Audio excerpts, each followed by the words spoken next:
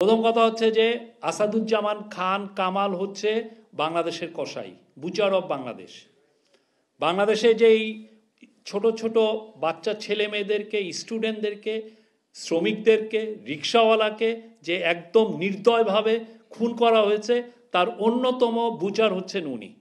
তো তাকে যারা প্ল্যাটফর্ম দিচ্ছে, তাকে নিউজ যারা করছে, তাদের আপনি মানটা আপনি বুঝেন। এটা একটা ইন্টারন্যাশনাল এটা একটা বড় রকমের একটা প্রোপাগান্ডা ক্যাম্পেইন। পৃথিবীর কেউ কোনো বুচারকে তার প্ল্যাটফর্ম দেয় না, যে না তুমি আমার তাকে ইন্টারভিউ দেয় না। Asaduzzaman Kamal is the Butcher of Bangladesh.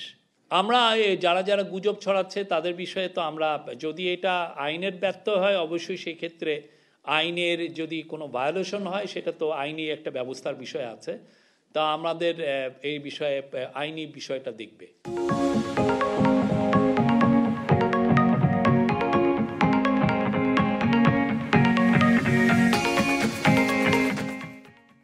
এটা খুবই একটা স্লো প্রসেস। গ্লোবালি এটা আপনি যদি দেখেন, এটা খুব স্লো প্রসেস, পাচারকৃত টাকাটা ফিরে আনা। বাট এটার জন্য যত দ্রুত মুভ নেওয়া দরকার, ইন্টারিম গভর্নমেন্ট প্রত্যেকটা মুভই নিয়েছে।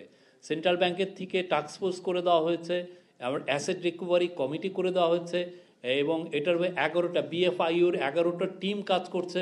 আমরা ওয়ার্ল্ডের টপ কনসালটেন্সি এজেন্সিদের সাথে কথা বলছি, যার মধ্যে KPMG এক অন্যতম, অন্যান্য অনেকগুলো আছে, তাদের সাথে করা হচ্ছে এবং তাদের পরামর্শ আমরা নিচ্ছি।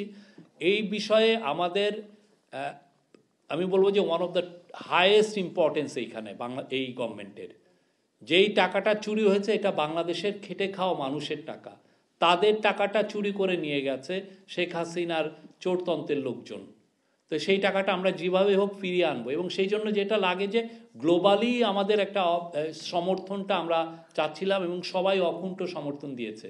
এই টাকাটা তো আমাদের এখান থেকে নিয়ে গেছে, এবং অনেকটা টাকা যেটা হয়েছে যে কিছু কিছু ডেভেলপ কান্ট্রিতেও গেছে। এই যে মানি ট্রেলটা বের করা, কোথায় কোথায় টাকাটা গেল, কিভাবে গেল, কোন নামে নিয়ে গেছে, বা ওইখানে যে কি অ্যাসেট তৈরি করা হয়েছে কিনা, ওইখানে যে ওই টাকাটি দিয়ে কি কি অ্যাসেট তারা কিনেছে।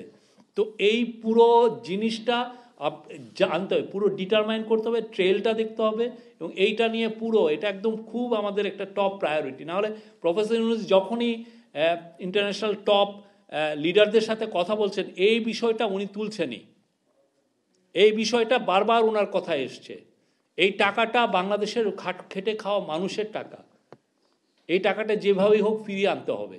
তো এটা আমরা আমাদের সর্বোচ্চ এফার্ট দিয়ে এই কাজটা আমরা করছি, ইন্টারিম গভর্নমেন্ট করছে।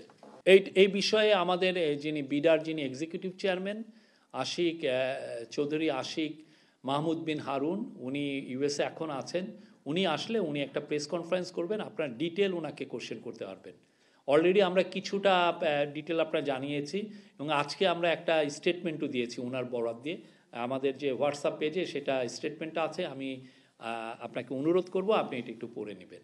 আর বাকিটা আপনার যদি আরও কোশ্চেন থাকে, উনি তো আসছেন, আসলে আমরা ওনাকে বলেছি উনি একটা বড় প্রেস কনফারেন্স করবেন, ওনাকে জিজ্ঞেস করবেন পুরো ফার্দার ডিটেলস নিয়ে।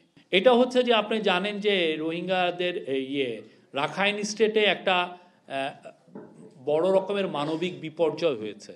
এই বিপর্যয়ের মূল কারণ হচ্ছে যে ওইখানে একটা সিভিল ওয়ার চলছে। এটা ওদের রাখাইন স্টেটের মেইন যে রেবেল গ্রুপ আরাকান আর্মির সাথে মায়ানমার আর্মির একটা বড় রকমের ক্ল্যাশ হচ্ছে, এবং আরাকান আর্মি এফেক্টিভলি অনেক বড় একটা টেরিটরি, কেউ বলে 70%, কেউ বলে 80% রাখাইন স্টেটের খালি রাজধানীটা ছাড়া বড় বড় অংশ ওদের দখলে চলে গেছে।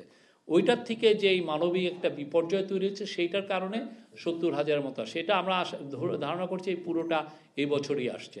গত বছরের জানুয়ারির থেকে এই বছরের এই পর্যন্ত। ওনার বক্তব্যটা আমাকে একটু পাঠায় দেন, আমরা এটা দেখব। মাজারের ব্যাপারে আমাদের অবস্থান স্পষ্ট এবং খুব ক্লিয়ার। এটা বাংলাদেশের মাজারের যে একটা পার্ট অফ বাংলাদেশের ট্র্যাডিশন কালচার, এবং এটা অনেকে বাংলাদেশের প্রচুর লাখ লাখ জনগণ মাজারে যান। আমরা তাদের রিলিজিয়াস বিলিফকে সম্পূর্ণ অনার করি, এবং যারা মাজারে অ্যাটাক করবেন তাদের ব্যাপারে আমাদের জিরো টলারেন্স। কোনো ধরনের কোনো মাজারের অ্যাটাক আমরা টলারেট করবো না। আপনারা জানেন কয়েকদিন আগে এই যে মুন্সিগঞ্জে কয়েকটা জায়গায় হয়েছে, এবং আমি আজকে এই জন্য চিফ অ্যাডভাইজারের প্রেস উইং থেকে কিন্তু আমরা স্টেটমেন্টও দিয়েছি। 3 জন অ্যারেস্টেড হয়েছে, আর যারা যারা জড়িত আমরা তাদেরকে অ্যারেস্ট করার হচ্ছি।